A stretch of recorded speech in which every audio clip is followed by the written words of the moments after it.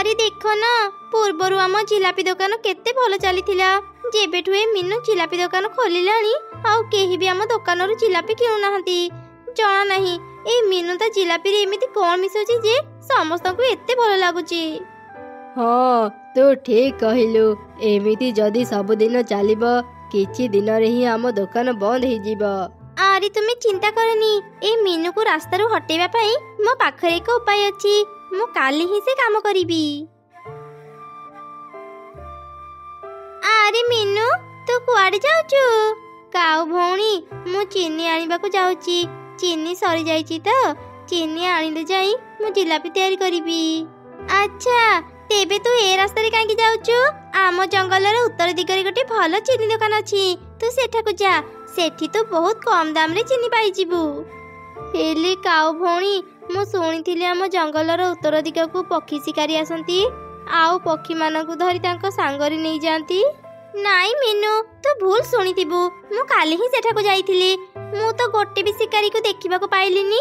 ଓଲଟା ଅନେକ ଚଢ଼େଇ ସେଠି ଘର କରି ରହୁଛନ୍ତି। ତୁମେ ଯଦି କହୁଛ ତାହେଲେ ସତ ହେଇଥିବ। ଠିକ ଅଛି କାଉ ଭଉଣୀ, ମୁଁ ଏବେ ଚିନି ଆଣିବାକୁ ଯାଏ। ଆସିଲେ ତୁମ ସହ କଥା ହେବି। ଯା ମିନୁ ଯା, ଆଉ ଫେରିବୁ ଯେ ମୋ ସହ କଥା ହେବୁ। କାଉର କଥାକୁ ସତ ଭାବି ମିନୁ ଜଙ୍ଗଲର ଉତ୍ତର ଦିଗକୁ ଗଲା। ସେତେବେଳେ ସେଠି ଗୋଟେ ପକ୍ଷୀ ଶିକାରୀ ବୁଲୁଥିଲା। ସେ ଯେମିତି ଚଢ଼େଇକୁ ଦେଖିଲା ତାକୁ ଧରିବା ପାଇଁ ତୀର ମାରିଲା। ସେ ତୀର ଯାଇ ଚଢ଼େଇର ଦେହରେ ବାଜିଲା, ଯାହା ଫଳରେ ସଙ୍ଗେ ସଙ୍ଗେ ହିଁ ମିନୁ ଚଢ଼େଇର ମୃତ୍ୟୁ ହେଇଗଲା। ଆରେ ଏ କଣ? ଏ ଚଢ଼େଇଟା ତ ମରିଗଲା। ଏ ମଲା ଚଢ଼େଇକୁ ମୋ ପାଖରୁ ଏବେ କିଏ କିଣିବ? ଧେତ୍, ଆଜି ମୁଁ ଗୋଟେ ବି ଚଢ଼େଇ ଧରି ପାରିଲିନି। କିଛି ସମୟ ପରେ ସନ୍ଧ୍ୟା ହେଇଯିବ। ଯାଏ, ଏବେ ଘରକୁ ଫେରିଯାଏ। ଏମିତି କହି ସେ ଶିକାରୀ ସେଠାରୁ ଚାଲିଗଲା। ଦୂରରୁ ଏ ସବୁ ଘଟଣା କାଉ ଦେଖୁଥିଲା। ସେ ମନେ ମନେ ଖୁବ୍ ଖୁସି ହେଇଗଲା। ଆରେ ବା, ଏ ମିନୁ ଏତେ ଶୀଘ୍ର ମରିଯିବ ମୁଁ ଭାବିନଥିଲି। ଯାହା ହଉ, ମୋ ରାସ୍ତାର କଣ୍ଟା ହଟିଗଲା। ଏବେ ଖାଲି ଆର ପୁଅକୁ ଏଇ ଜଙ୍ଗଲରୁ ବିଦା କରିଦେଲେ ମିନୁର ଘର ଆଉ ତାର ଦୋକାନ ମୋର ହେଇଯିବ। କାଉ ଖୁସି ମନରେ ମିନୁର ପୁଅ ବଣ୍ଟି ପାଖକୁ ଗଲା। ଆରେ ବଣ୍ଟି, ତୁ ଅନାଥ ହେଇଗଲୁ। ତୋ ମା ଆଉ ଏ ଦୁନିଆରେ ନାହିଁ। କାଉ ଆଣ୍ଟି, ଏ କଣ କହୁଛ? ନା ନା, ଏମିତି ହେଇପାରିବନି। ମୋ ମା ତ ଚିନି ଆଣିବାକୁ ଯାଇଥିଲେ। ତୋର ଯଦି ବିଶ୍ୱାସ ହେଉନି, ତୁ ମୋ ସାଙ୍ଗରେ ଆସେ। ତୁ ନିଜେ ତ ମାକୁ ଦେଖିବୁ। ଏ କଣ ମା, ତୁମକୁ କିଏ ତୀର ମାରିଛି? ତୁମେ ମତେ ଛାଡ଼ି କାହିଁକି ଚାଲିଗଲ? ଏବେ ମୁଁ କାହାକୁ ମା ଡାକିବି? କାହା ପାଖରେ ରହିବି? ମୋ ପାଖକୁ ଫେରିଆ ମା। କାନ୍ଦି ବଣ୍ଟି, ଆଉ କାନ୍ଦିନି। ଯାହା ହେବାର ତ ହେଇଗଲା। ଚାଲେ, ଏବେ ମୁଁ ତତେ ନେଇ ତ ମାଉସୀ ଘରେ ଛାଡ଼ିଦେବି। ମୁଁ ତ ମାଉସୀ ଘର ଦେଖିଛି। ଆଜିଠୁ ତୁ ତା ପାଖରେ ରହିବୁ। ବଣ୍ଟି ଚଢ଼େଇ କାଉ କଥାରେ ରାଜି ହେଇଗଲା ଆଉ ସେ ତା ସାଙ୍ଗରେ ତା ମାଉସୀ ଘରକୁ ଗଲା। ରିନୁ, ଏ ରିନୁ, ତୁ ଘରେ ଅଛୁ ନା? ବାହାରକୁ ଆସେ।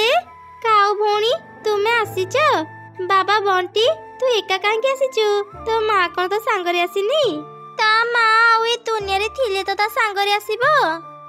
ମାନେ ତୁମେ କଣ କହୁଛ? କଣ ହେଇଛି ମୋ ଭଉଣୀର? ମତେ ଶୀଘ୍ର କୁହ। ଏ କଣ କହୁଛ? ମୋ ଭଉଣୀ ଆଉ ନାହିଁ? ମୋ ଭଉଣୀ, ତୁ ଏତେ ଶୀଘ୍ର ଆମକୁ ଛାଡ଼ି ଚାଲିଗଲୁ। କେବେଠୁ ମୁଁ ତ ଘରକୁ ଯିବା ପାଇଁ ଚାହୁଁଛି, ହେଲେ କାମ ବ୍ୟସ୍ତରେ ଯାଇପାରିଲିନି। ବାବା ବଣ୍ଟି, ମୋ ପାଖକୁ ଆ। ଆଜିଠୁ ତୁ ମୋର ପୁଅ। ମୁଁ ତତେ ମୋ ନିଜ ପୁଅ ପରି ରଖିବି। ହଁ ହଁ ଚଢ଼େଇ, ତୁ ବଣ୍ଟିକୁ ନିଜ ପାଖରେ ରଖ। ତୋ ଛଡ଼ା ତାର ଏ ଦୁନିଆରେ ଆଉ କେହି ନାହାନ୍ତି। ହଉ, ମୁଁ ଏବେ ଯାଉଛି।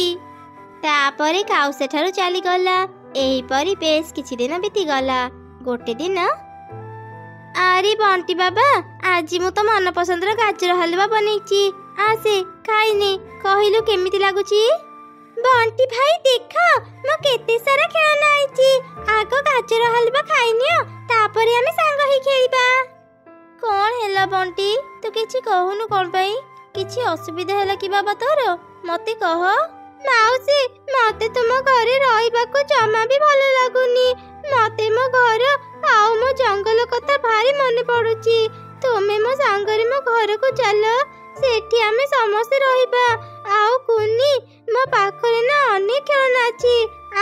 ଏଠି ଅନେକ ମଜା କରି ଖେଳିବା। କିନ୍ତୁ ବଣ୍ଟି, ମୁଁ ଏ ଜଙ୍ଗଲରେ ଗୋଟେ ଜିଲାପି ଦୋକାନ ଦେଇଛି। ମୁଁ ମୋ ଦୋକାନ ଛାଡ଼ି ତୁମ ଜଙ୍ଗଲକୁ କେମିତି ଯିବି କହିଲୁ? ମାଉସୀ, ମୋ ମା ବି ତ ଜିଲାପି ଦୋକାନ ଦେଇଥିଲେ। ତୁମେ ସେ ଦୋକାନରେ ଜିଲାପି ବିକ୍ରି କରିପାରିବ। ତୁମର କିଛି ଅସୁବିଧା ହେବନି। ଆଚ୍ଛା ଠିକ୍ ଅଛି ବଣ୍ଟି, ତୁ ଯଦି ସେମିତି ଚାହୁଁଛୁ ଆମେ କାଲି ହିଁ ତୁମ ଜଙ୍ଗଲକୁ ଯିବା। ଆରେ ମା କୁନି, ତୁ ବଣ୍ଟି ଭାଇ ସହ ମିଶି ଘରର ଜିନିଷପତ୍ର ରେଡି କରୁଥା। ମୁଁ ଯାଇ ଆମ ଦୋକାନରୁ ଜିଲାପି ବନେଇବାର ସାମଗ୍ରୀ ଆଉ ସବୁ ମିଠା ନେଇ ଆସେ। ତାପରେ ଆମେ ବଣ୍ଟି ଘରକୁ ଯିବା। ଏମିତି କହି ମା ଚଢ଼େଇ ତା ଜିଲାପି ଦୋକାନକୁ ଗଲା ଆଉ ଏକ ଅଟୋରେ ତା ଦୋକାନର ସବୁ ସାମଗ୍ରୀ ଧରି ଘରକୁ ଆସିଲା। ତାପରେ ସମସ୍ତେ ମିଶି ଘରର ଜିନିଷପତ୍ର ରଖି ବଣ୍ଟି ଚଢ଼େଇର ଜଙ୍ଗଲକୁ ଗଲେ। କୁନି, ଦେଖ ଦେଖ, ଆଗରେ ଆମ ଜଙ୍ଗଲ ଦେଖାଗଲାଣି।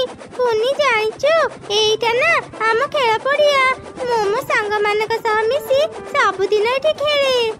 ଆରେ ବା ବଣ୍ଟି ଭାଇ, ତୁମ ଜଙ୍ଗଲ ତ ଅନେକ ସୁନ୍ଦର। ଏବେ ମୁଁ ବି ପ୍ରତିଦିନ ଆସି ତୁମ ସହ ମିଶି ଏଇଠି ଖେଳିବି। ଆରେ ପିଲାମାନେ, ଆମେ ଘର ପାଖରେ ପହଞ୍ଚିଗଲେ। ବାବା ବଣ୍ଟି, ତୁମ ମିଠା ଦୋକାନ କୋଉଠି ଅଛି? ମାଉସୀ, ଆମ ଜଙ୍ଗଲ ପାଖରେ ଯୋଉ ବଡ଼ ବରଗଛ ଅଛି, ସେଇ ବରଗଛ ପାଖରେ ଆମ ଦୋକାନ ଅଛି। ମାଉସୀ, ତୁମେ ସେଠି ଜିଲାପି ବିକ୍ରି କରୁଥାଅ। ମୁଁ ଆଉ କୁନି ଏବେ ଖେଳିବାକୁ ଯାଉଛୁ। ଆଚ୍ଛା ଠିକ୍ ଅଛି, ଯାଅ। ହେଲେ ଶୁଣ, କାହା ସହ ଝଗଡ଼ା କରିବନି ଆଉ ସନ୍ଧ୍ୟା ହେବା ଆଗରୁ ଘରକୁ ଫେରି ଆସିବ। ଏମିତି କହି ଚଢ଼େଇ ଜିଲାପି ଦୋକାନକୁ ଗଲା। ଚଢ଼େଇକୁ ଦୋକାନ ସାମ୍ନାରେ ଦେଖି କାଉ ଆଉ ତାର ସ୍ତ୍ରୀ ଆଶ୍ଚର୍ଯ୍ୟ ହେଇଗଲେ। ଆରେ ଚଢ଼େଇ, ତୁ ଏଠି? ମୁଁ ତ ଶୁଣିଥିଲି ପାଖ ଜଙ୍ଗଲରେ ତୋର ଗୋଟେ ମିଠା ଦୋକାନ ଅଛି। ତାହେଲେ ତୁ ସେ ଜଙ୍ଗଲରେ ମିଠା ବିକ୍ରି ନ କରି ଏ ଜଙ୍ଗଲକୁ କାହିଁକି ଆସିଲୁ? କ'ଣ କରିବି କୁହ କାଉ ଭଉଣୀ, ବଣ୍ଟି ଆମ ଜଙ୍ଗଲରେ ରହିବାକୁ ହିଁ ଚାହୁଁନି। ସେଥିପାଇଁ ତାକୁ ଧରି ମୁଁ ଏ ଜଙ୍ଗଲକୁ ଚାଲି ଆସିଲି। ଆଜିଠୁ ମୁଁ ମୋ ଭଉଣୀ ଦୋକାନରେ ଜିଲାପି ବିକ୍ରି କରିବି। ଓ ଆଚ୍ଛା, ହଉ ଠିକ୍ ଅଛି, ଆମେ ଏବେ ଯାଉଛୁ। ଆରେ ଆମର ତ ସବୁ ସ୍ୱପ୍ନ ଭାଙ୍ଗିଗଲା। ମିନୁ ଗଲା ପରେ ଭାବିଥିଲି ତା ଘର ଆଉ ତା ଦୋକାନ ଆମର ହେଇଯିବ।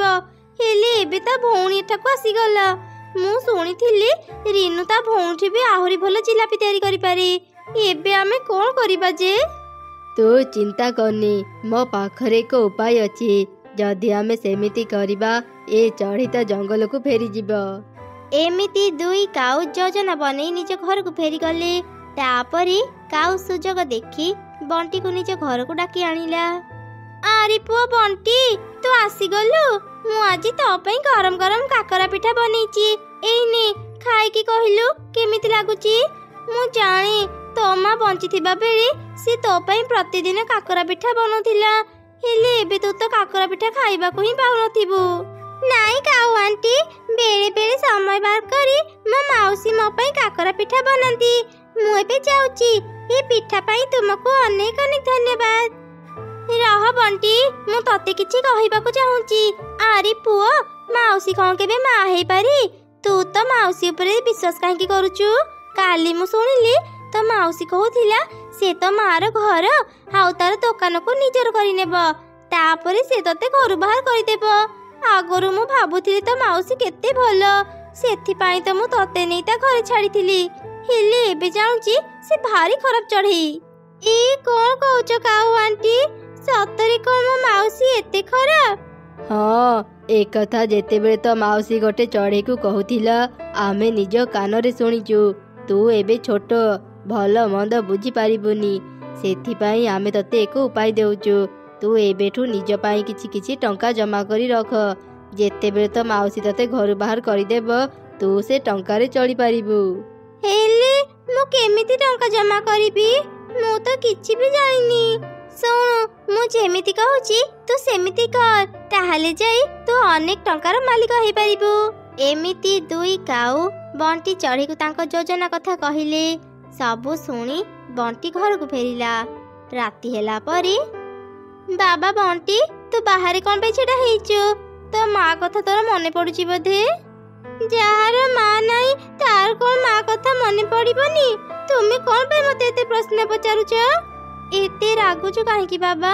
ମୁଁ କହୁଥିଲି କି ରାତିରେ ଏମିତି ଏକୁଟିଆ ବାହାରେ ରହନି।